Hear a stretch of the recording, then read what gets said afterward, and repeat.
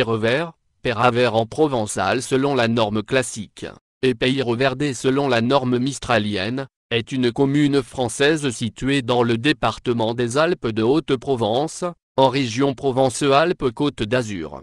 Située en Provence, Pierrevert est au carrefour des départements du Var, de Vaucluse, des Bouches-du-Rhône, et des Alpes de Haute-Provence. Pierrevert se situe à 5 km à l'ouest de Manosque, à 5 km de Sainte-Tulle, à 7 km de Montfuron, à 8 km de Corbières-en-Provence, à 11 km de la Bastide des Jourdans, et à 14 km de Beaumont-de-Pertuis. La ville se trouve dans le parc naturel régional du Luberon. Elle est traversée par le sentier de grande randonnée GR4. Les communes limitrophes de Pierrevert sont Montfuron, Manosque, Sainte-Tulle, Corbières-en-Provence et, dans le département de Vaucluse, Beaumont-de-Pertuis, et la Bastide des Jourdans. Risques naturels et technologiques. Aucune des 198 communes du département n'est en zone de risque sismique nul. Le canton de Manosque Sud-Ouest auquel appartient Pierrevert, est en zone de sismicité moyenne, selon la classification déterministe de 1991, basée sur les séismes historiques, et en zone 4, risque moyen, selon la classification probabiliste EC8, de 2011. La commune de Pierrevert est également exposée à 3 autres risques naturels, les feux de forêt, les inondations, le torrent du Chaffer déborde régulièrement, et les mouvements de terrain. Quelques versants de la commune sont concernés par un aléa moyen à fort. La commune de Pierrevert est, selon la base de données du ministère de l'Environnement, exposée au risque de rupture de barrage, risque non recensé par la préfecture. Pierrevert est situé sur la RD 105 à l'ouest, qui relie Sainte-Tulle à Lincel, et permet donc l'accès à la RD 4096, ancienne route nationale 96, à partir du village. La commune est également desservie par la RD 6 au nord, qui rejoint Manosque à l'est et la Bastide des Jourdans à l'ouest. Les accès secondaires sont assurés par un réseau de voies communales.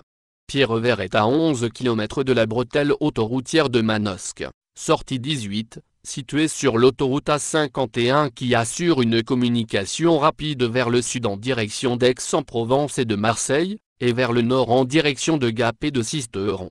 Le plan de prévention des risques naturels prévisibles, PPR, de la commune a été approuvé en 1994 pour les risques d'inondation, de mouvements de terrain et de séisme, et en 2006 pour le risque de feux de forêt. Le DICRIM existe depuis 2011.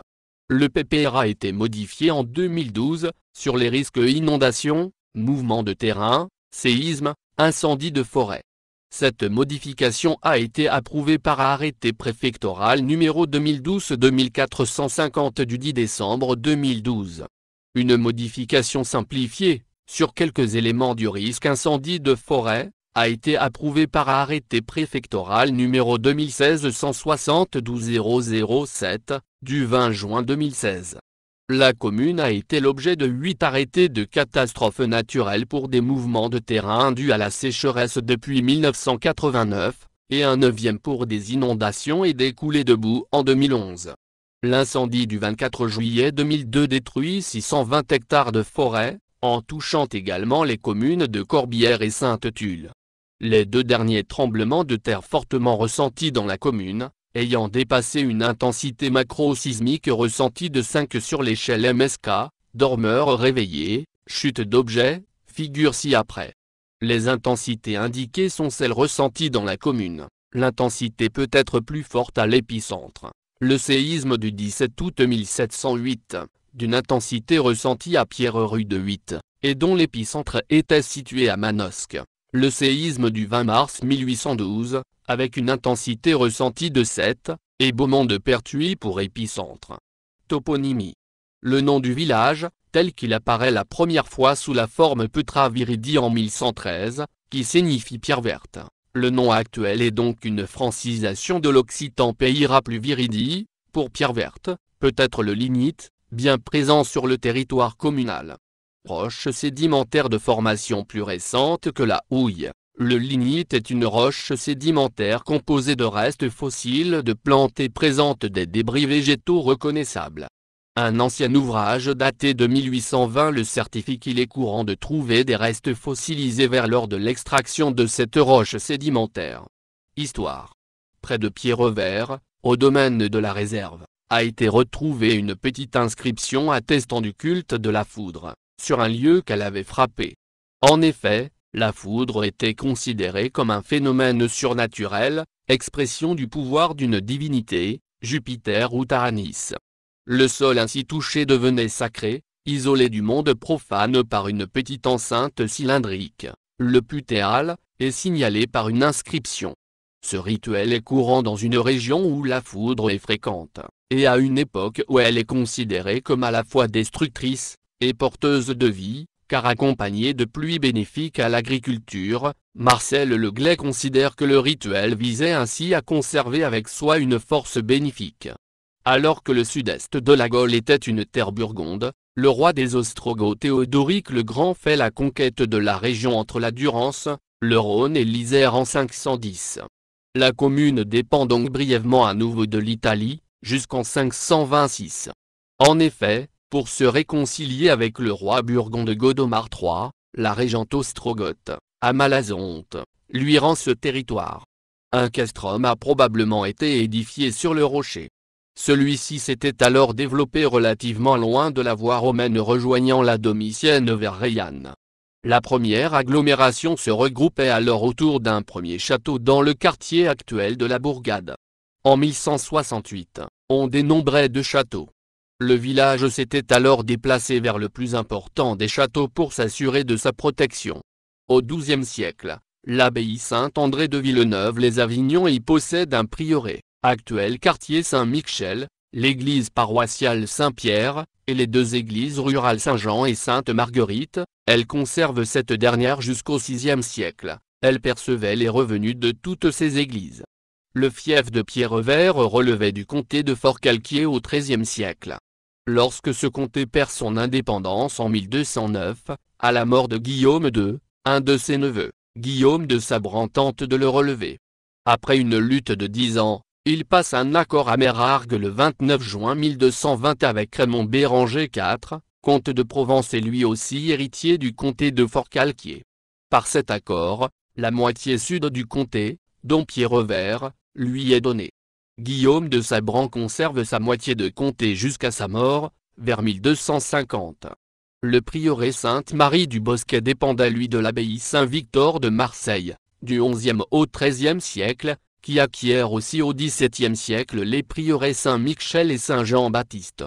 Le village était partagé en 6 arrière-fiefs, Beauchamp, Bouc, Carbonel, Châteauneuf, Sainte-Marguerite et Valgaste. En 1390, Pierrevert fut considérablement détruit lors du passage de Raymond de Turenne, malgré la résistance et le combat de Gaudissart. Le plus imposant des châteaux est détruit en 1792 pendant la Révolution.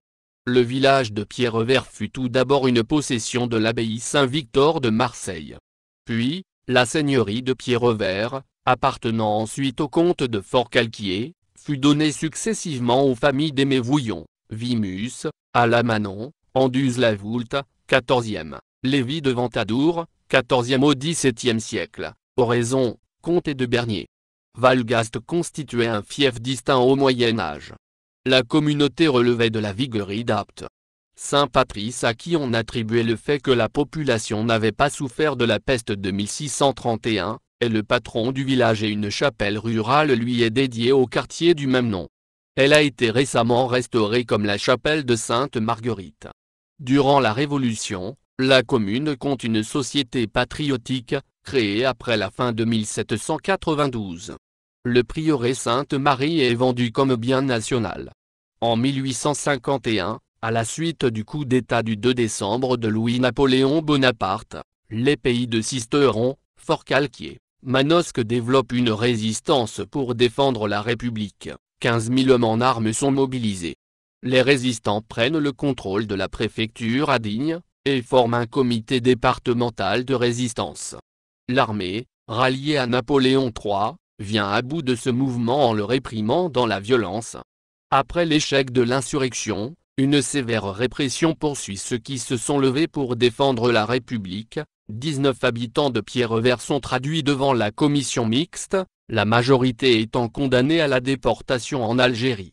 En janvier 1944, les bombardements alliés prennent de plus en plus d'ampleur, les armées britanniques et américaines s'étant emparées d'aéroports en Italie, plaçant ainsi le sud de la France dans leur rayon d'action.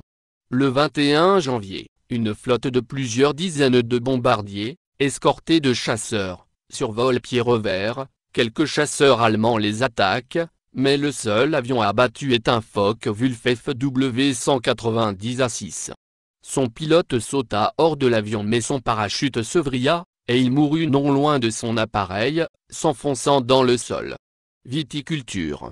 La vigne, composante de la triade méditerranéenne, est présente anciennement à Pierrevert. Au XIXe siècle, le vin produit est destiné à l'autoconsommation, mais sa qualité permet de le vendre sur les marchés du Grand Sud-Est. Les terrains encépagés étaient surtout les coteaux, 92% des terres en vigne en 1880. En 1925, une coopérative vinicole est construite à Pierrevert, aujourd'hui dernière rescapée dans le département. La viticulture s'est développée dans les années 1930 et les efforts des viticulteurs ont abouti en 1959, au classement en vin délimité de qualité supérieure, VDQS, puis au classement en AOC en 1998, avec le label Coteaux de Pierrevert. Outre la structure coopérative, il existe sur le territoire de la commune deux domaines privés importants. La coopérative Les Vignerons produit également du vin AOC, Côte du Ventoux, avec la plus petite production de tous les côtes du Luberon. Actuellement, la commune est la principale commune viticole du département, 450 hectares sont plantés en vigne, soit 50% de la vigne des Alpes de Haute-Provence. Le vin est toujours d'assez bonne qualité, le label Pierrevert, AOC, assurant qualité et facilitant la commercialisation. Lieu et monument remarquable. Pierrevert conserve la porte Saint-Joseph, 1701, inscrite à l'inventaire supplémentaire des monuments historiques, sur les 4 d'origine de son rempart, avec quelques éléments de la courtine. Les deux châteaux ont été rasés, un lors des guerres de religion, l'autre à la Révolution. Les restes du château Sainte-Marguerite ou château des Tribuci consistent en quelques fenêtres Renaissance intégrées dans la ferme actuelle, côté cour. Ces fenêtres sont en gypserie et datent du milieu du XVIe siècle. Le décor intérieur est inscrit comme monument historique. L'église certainement élevée sur l'emplacement d'un oppidum gallo-romain est restaurée. La chapelle Sainte-Marguerite est située près de la route qui relie Pierrevert à la Bastide des Jourdans, dans les vignes et au bord d'un bois, au droit de la cave de Régus. Dotée de contreforts massifs, elle a été restaurée en 1934, puis à nouveau dans les années 2000. Par ailleurs, au cœur du village, se trouve l'église Saint-Pierre. Les bases des murs datent du Moyen Âge, XIIIe siècle, le bas-côté nord étant encore plus ancien. Le reste de l'église, XVIIe siècle. Son clocher domine le village et sa porte est datée du XVIIIe siècle. Le portail XVIe siècle vient d'une église démolie, à l'emplacement de l'actuel oratoire Saint-Jean-Baptiste. Il est inscrit comme monument historique. L'église a des parties de différentes époques, avant 1722, pour la nef de la Vierge, agrandie 2 fois par la suite, en 1722 et 1822. Allant vers Sainte-Tulle, un peu à l'ouest, se trouve la chapelle Saint-Patrice datée du XIVe siècle, saint irlandais qui aurait protégé le village de la peste en 1631. Elle a été restaurée en 1813. Elle est située au cœur de la campagne et fait l'objet d'un pèlerinage annuel. L'oratoire Saint-Jean-Baptiste est situé à l'extrémité ouest de la colline du village. Autrefois, il y avait là une église dont le porche aurait été réutilisé pour l'entrée de l'église Saint-Patrice. L'oratoire est composé d'un socle de pierre imposant surmonté d'une croix en fer. L'oratoire Saint-Joseph, en bordure du carrefour Saint-Joseph, à l'intersection de la route de Manosque, de la route de la Bastide des Jourdans et de la route de Pierrevert, a été érigé pour célébrer le jubilé de 1852. On l'a ensuite regravé pour le jubilé de 1865. La statue de Saint-Joseph paraît être en fait un santon, habillé de tissu, et à la face burinée et très sculptée. Les autres chapelles rurales sont à l'état de ruine. Ainsi, Notre-Dame des Donnes, qui datait du IXe siècle, ou Saint-Véran ont totalement disparu, comme la chapelle de Saint-Michel ou Notre-Dame des Airs, sur la route de Sainte-Tulle.